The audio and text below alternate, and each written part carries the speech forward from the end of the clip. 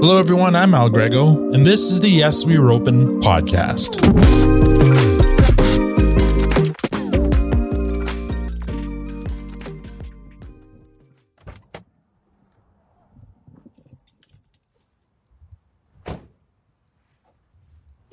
For this week's story, I'm actually going to rewind to the day I arrived in Ottawa. It was a Sunday afternoon around 2:30, a beautiful, warm, late September day. After a 4+ hour drive from the Greater Toronto area, I arrived at my first stop on Wellington Street West, in an Ottawa neighborhood known as Hintonburg, located just west of the downtown core. Established in 1826 and incorporated in 1893 as the village of Hintonburg, it was named after Joseph Hinton, an Irish immigrant. Joseph moved to Canada in the early 1800s and played a key role in securing a post office and the Nepean Township Hall, which helped establish the community's infrastructure. Hintonburg would later become annexed in 1907 by the city of Ottawa.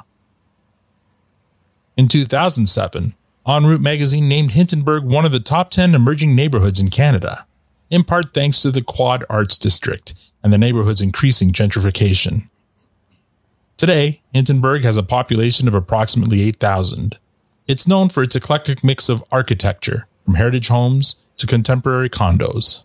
It has become a hub for artists, entrepreneurs, and young professionals.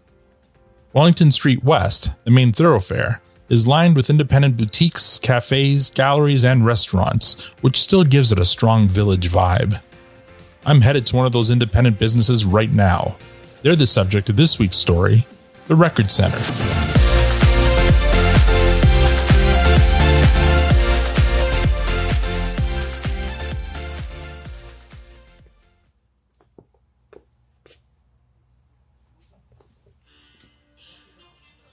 Hi, looking for John? Oh, we just stepped across the street for a second, but he'll be back. Okay. While I wait for John, I look around the store. It's in a beautiful old building with high tin ceilings. It's everything you'd expect in a record store, and more. Rows and rows of records alphabetically organized by genre.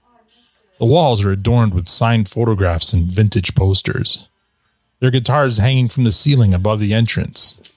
As you walk in, on the right side of the store is a wall with racks and racks of vintage turntables and other stereo components from Sony to Marantz, Pioneer to Technics. A veritable heaven for any audiophile, including yours truly. You John? Yeah. Hi, Al. Hey, Al. Nice to meet you. That's John. He's the owner. He points out some of his favorite pieces as he leads me to the back of the store, to a separate listening area with some seating and some very expensive-looking components. This is sort of the high-end stuff, and, do you know audio at all? Above the listening showroom is a wall of vintage boom boxes of every make and model you can imagine, at least a couple dozen of them. This room is where we set up for our interview. So hi, my name's John Thompson, and I own the Record Center. All right. How long have you owned the Record Center? Since 2011. What were you doing before? Before that, I'd been selling on eBay for 10 years, and I still have that little business called Vinyl Canuck. Okay. And so that was early days of the internet. So the Vinyl Canuck part was most of my sales were outside of Canada on eBay, and that worked out well. So I did that for 10 years. Prior to that, I worked 19 years as a paper maker. So Oh, wow. I was a paper maker at EB Eddies, which is a paper mill in Ottawa. So there was a bit of a struggle to get out of there because it's hard to leave a good paying job with benefits when you have kids and stuff. And so luckily though, I saw an opening, and when I was 39, I left the paper mill.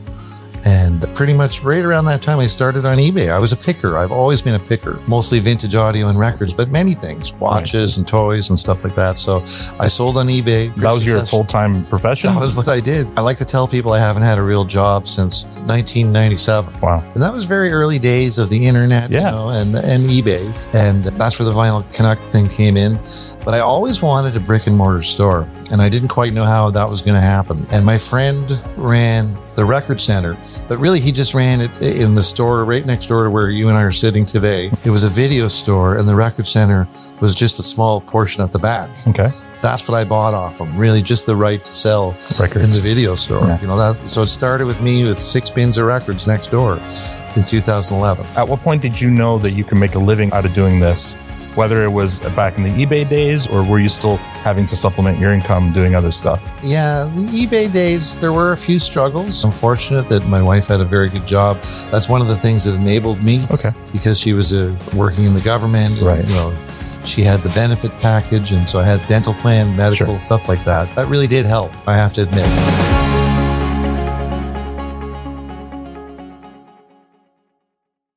One of the reasons I really wanted to get into a brick and mortar store is I sort of learned there were a lot of challenges to the early days of the internet. It was a bit like the Wild West. Yeah.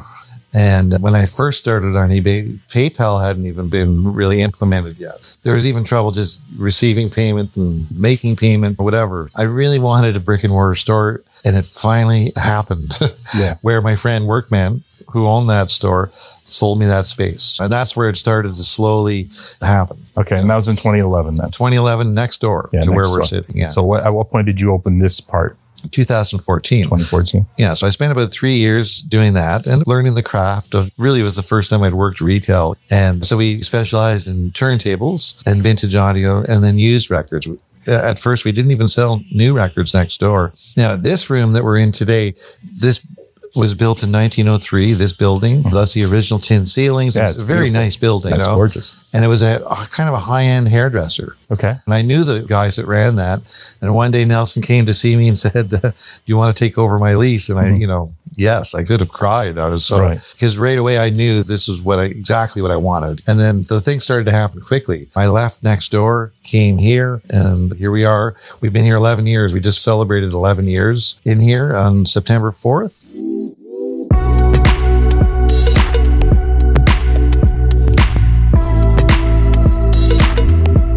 Talk about the first few years of running you finally have a brick and mortar business. What was it like? Was it everything you thought it would be? Yeah, it was. There were definitely some struggles, but I think I took to it well. You know what I mean? We adapted and we became, I think, one of the better stores in town. I think that's what we're considered today. And that's because of a lot of hard work. And there's nobody like us. We're a record label. We're a venue. We've had over 800 shows here. Really? We've released 50 records, vinyl records. Yeah.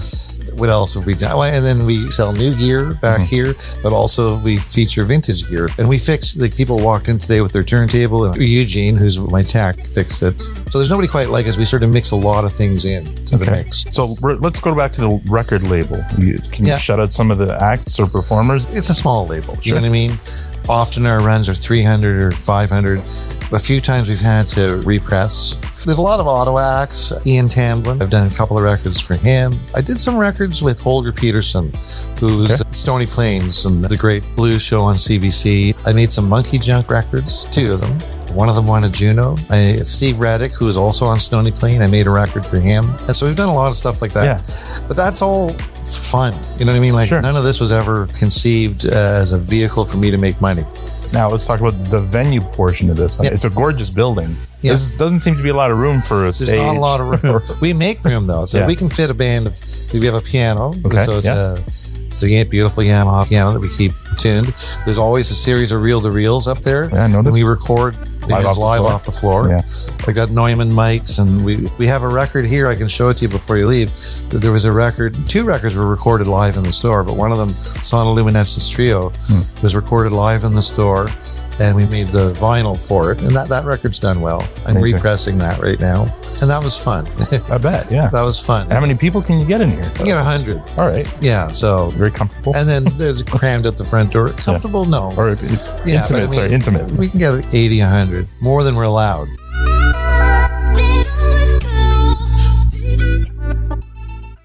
All right. And then you mentioned, obviously, we're surrounded by records, but these turntables, and when I first walked in, you pointed at some of these and told me the price that they're selling for. Give me some examples. I'll use this as an example because this is one of the things we do. We rebuild vintage tables, usually idler wheel tables. So this is a Gerard 401, and that was reconditioned by a company in the UK called Audio Grail. So that's about a 1968 turntable, Really? idler wheel. Okay. But the air-bearing arm is made by Kuzma. So I'm a Kuzma dealer. That's a Kuzma table over there. And so that's about a $25,000 arm. Wow. And it has a 100-pound pump that's on the other side of this big speaker up here, the tannoy. And it's just that was a fun project. But this will sell, and that's going to sell for close to $40,000. Wow. And then that there is the flagship Techniques table. So that's called the SL1000R.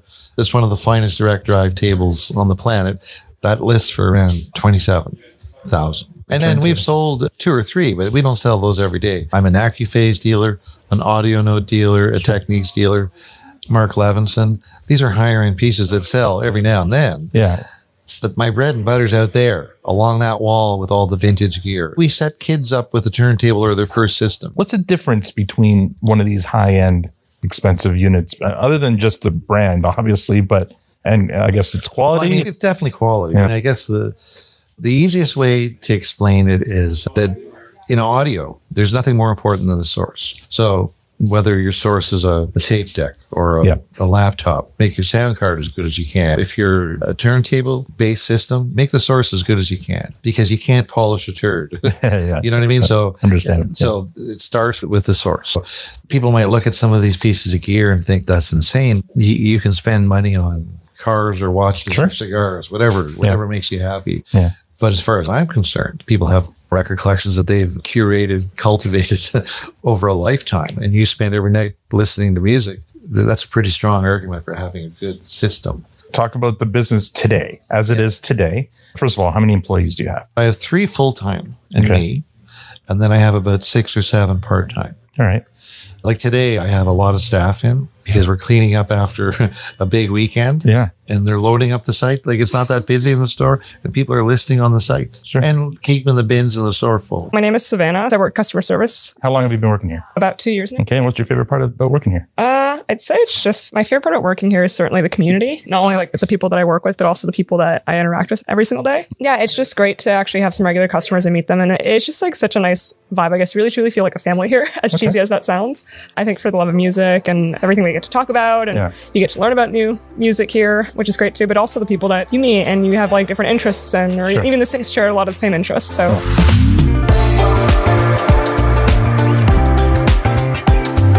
The return of vinyl, if you're of a certain age like I am, I remember my dad having the 8-tracks, buying the records from having the albums as well. And then I was more of in the cassette era, into CD era. And then it all went digital. We all thought physical media was going away. Yeah. Do you have any insight as to why the return of vinyl? I watched it all happen. The story I like to tell is that I never for a second gave up on vinyl. No. But a lot of people did. Sure. And I was that crazy guy that... Even when CDs were like, listen, there's no hiss. It's clean. It's funny. I didn't take the CDs. No. You know? I didn't. Now, I did get sort of wowed by it a bit at first. Sure. That's true. But it didn't last. Yeah. You know what I mean? I think what I watched happen was people abandoned vinyl. In droves. Yeah. You know? I was running a penny saver ad. That was the basis of my business that led me from the paper mill to the picker to eBay. Maybe people listening will remember the penny saver was a great little newspaper. It was affordable. It was really pre-internet. Yeah. And that's how we did it. I ran an ad in the Citizen and the Journal and the penny saver, and I would get more calls than I could go to. Really? And people were just dumping vinyl. And it was cheap. And so I bought it. Yeah. I had a warehouse and then another warehouse and then another storage locker because I somehow knew, I can't explain why, but I knew that this was coming. You're clearly a music fan, but how does someone your age get into vinyl? I guess I've always been really into, I guess you can call it like older music. And my dad introduced me to that stuff pretty young. I remember like even growing up, we'd listen to the Smiths quite a bit. Okay. And even some other kind of eclectic sort of music, like a lot of Frank Sinatra or even like Snow from Toronto. Sure. Yeah, my dad really introduced me to that. So I got into that. Just growing up, I've always really enjoyed Prince and a lot of high energy type stuff. Frank Goes to Hollywood, Welcome to the Pleasure Dome was like the first record I ever got. Wow. And yeah, I just fell in love with it. And there's just something about having a physical piece of media that's so different than digital. It's just being able to hold it in your hand, I think is really cool. But also when you listen to something on your phone for so long, and then when you get the record and you listen to it out loud, you can really hear all the different like notes and sounds. So it's not totally compressed. And yeah, I think it's just more like an experience, if that makes sense. Like I enjoy going to museums and looking at art, and I see this as the same thing. Like it's a moment where you get to put music and sit down and really listen to every single note and just appreciate it a lot more than I think you would just listening to it on your phone.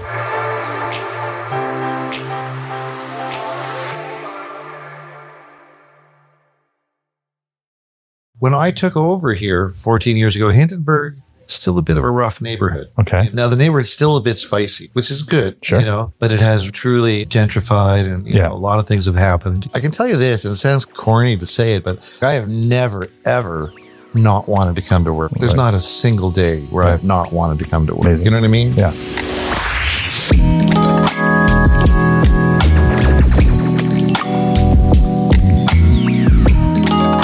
Sounds like John has realized his dream and turned his hobby of crate digging into a successful brick-and-mortar record store.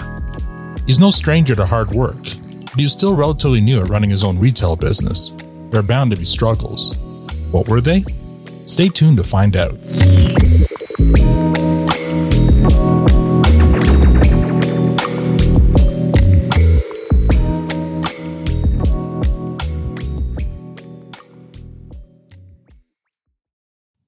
You're listening to Yes, We Are Open.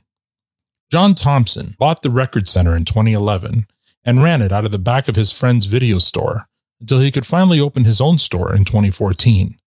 Today, the Record Center has become a staple in the Ottawa neighborhood of Hindenburg, and John has expanded his business to include stereo component sales and repair, a record label, and hosting live events.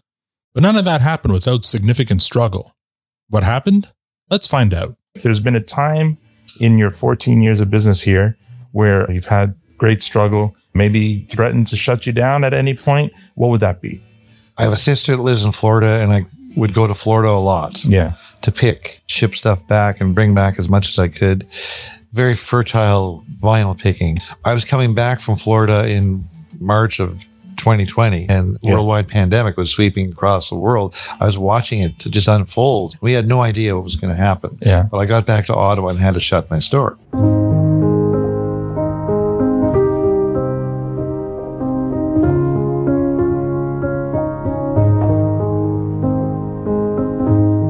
So this was a struggle.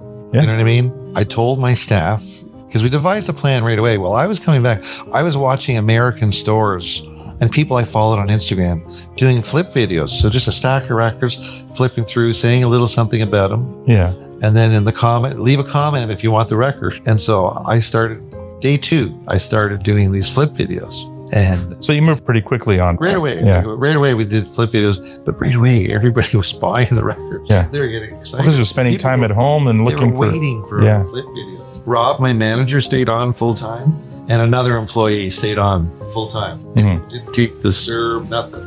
Stayed with me and we worked. And I came in every day during that. I never, because there was always something to do. Sure. And we were delivering records on our bikes. I was fixing people's turntables on their porch. Yeah, that was a scary time because we just didn't know whether we were making. I was watching a lot of people struggle in restaurants, and it was pretty awful time. And friends and people were struggling. But we quickly realized that we could do this, and that's what led us to really developing an e-commerce platform for the first time.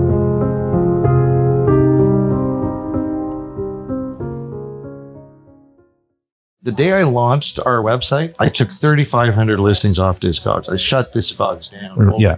Because I wasn't going to do both. And so explain Discogs for... Discogs is a community. Okay.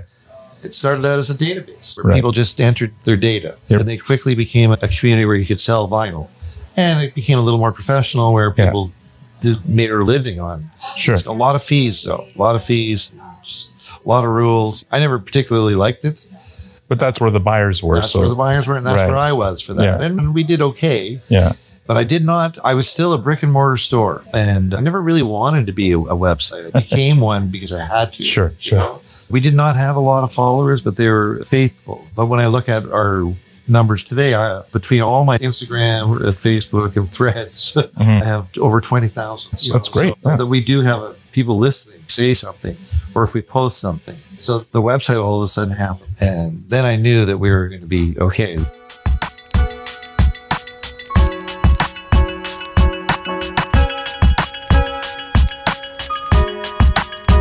We started to run a website. Yeah. And it got super successful. But we had to start acting like a real website. You can't not find a record so many times. You know what I mean? We had to become organized. We had to become professional. And I was having a coffee there used to be a little Portuguese bakery right across from my other store.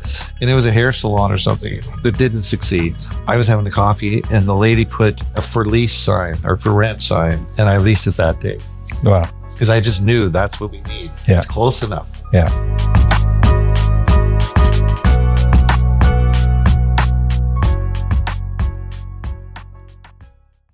Did the online business fully replace the brick and mortar business, or was it just good enough to keep you going those couple of years? It kept us going at first, for sure. Okay.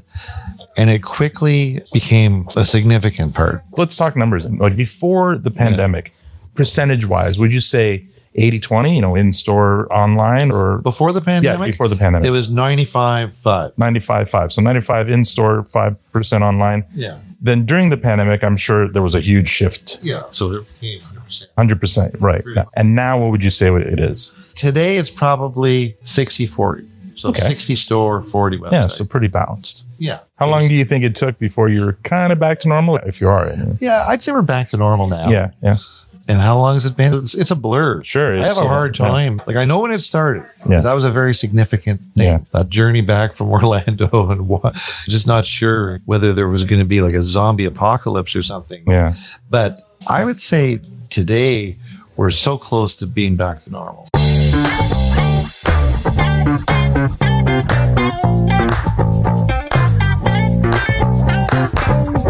Moneris has done a couple of cool things. Okay. They've always been super responsive to any time I've ever had an issue. Like, they really have. Okay. You can phone them and a human answers like almost right away. Yeah. Did you know that? I've heard, yeah.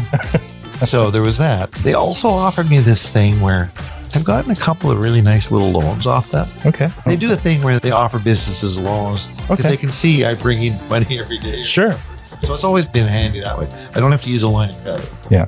So there's a lot of positivity around Moneris because they've been with me. I've been with them since the beginning. Amazing. So.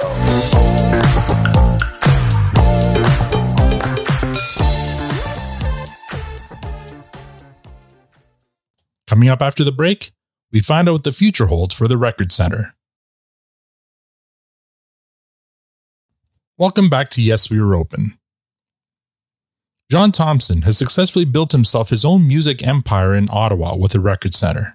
He's got sales and service, a record label, live shows, and now a thriving online business as well. So what could possibly be next? What does the future hold for the Record Center? Let's find out. What does the future look like for the Record Center? I'll be 65 this year, and I just signed a 5-year lease, and I love what I do. So I don't have any immediate plans, but I am working less. So I'm taking 3 days off a week now. And that's been going on for about a year now. But I do need to be here on the weekend. Okay. I need to be here Saturday and Sunday. And that's just, I accept that. Because it's like the business really is me. You know what I mean? I'm the guy that does the audio. I buy the collections. Now, Rob has been with me 14 years. Mm-hmm. He started when he was 17. Wow. So he can almost do anything I can do, and which is great. And I do have a great staff. Like, most of my staff have been with me forever. If you look at any of the kids that are here, Savannah, who came through, and Sierra, both been here for years, and they're clever. Like, they know as much about grading and pricing vinyl as me. That's great. Looking back at what you've done in the last 14 years, really the last 20 years, if you include eBay and stuff. Yeah. How do you feel? I feel good.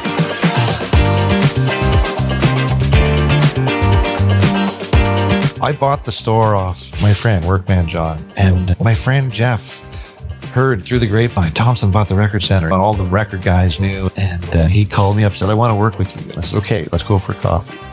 And on a napkin, and I wish I still had that napkin, we wrote out our mission statement, which was, we're going to sell nice used records, and we're going to sell nice vintage gear, and we're going to be nice to people, because record stores are notoriously not nice to people. You know what I mean? And I said to Jeff, this is the problem. Lois and I are going to Thunder Bay. I've already booked the trip. We have to go up there. Parents need us. And Jeff goes, he was still working his regular job. He goes, I'm going to take holidays. I'll run the store. I was in Thunder Bay watching from afar the first 2 weeks of the store. So I finally get back and I'm working my first Saturday on the store. Yeah.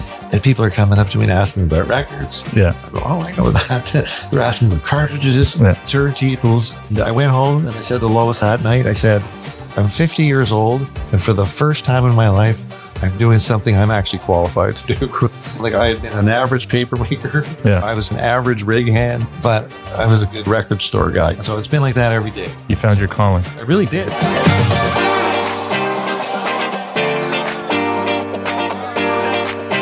All right, John, is the Record Center open?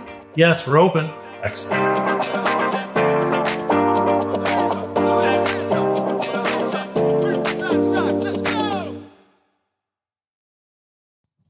That's the story of the Record Center. After our interview, John showed me the rest of his impressive collection.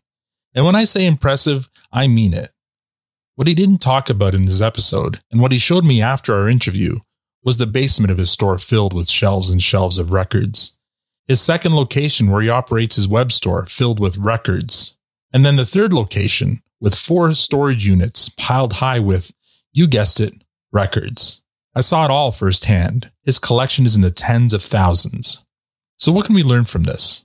Well, apart from the usual go with your passion and do what you know best, I suppose there is also an economic lesson to be learned here. And that's the basic lesson of buying low and selling high.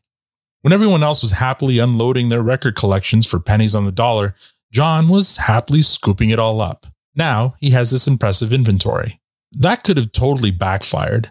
I wouldn't recommend it as a business plan. It's a pretty unique case. I mean, can you think of another industry where something that was once obsolete makes such a dramatic comeback that you could profit from it?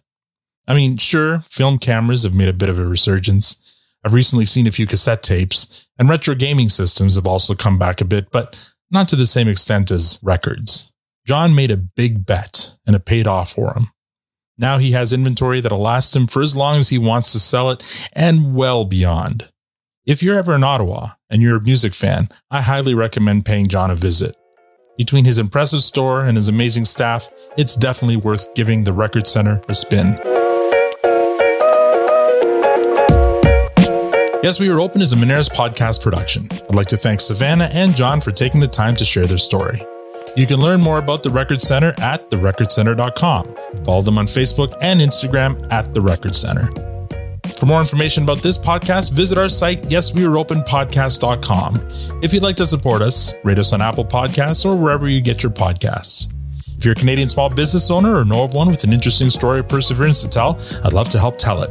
You can contact me at podcast@moneris.com. Tune in next week for another story of small business struggle and survival on the Yes We Are Open podcast. I'm Grego. Thank you for listening.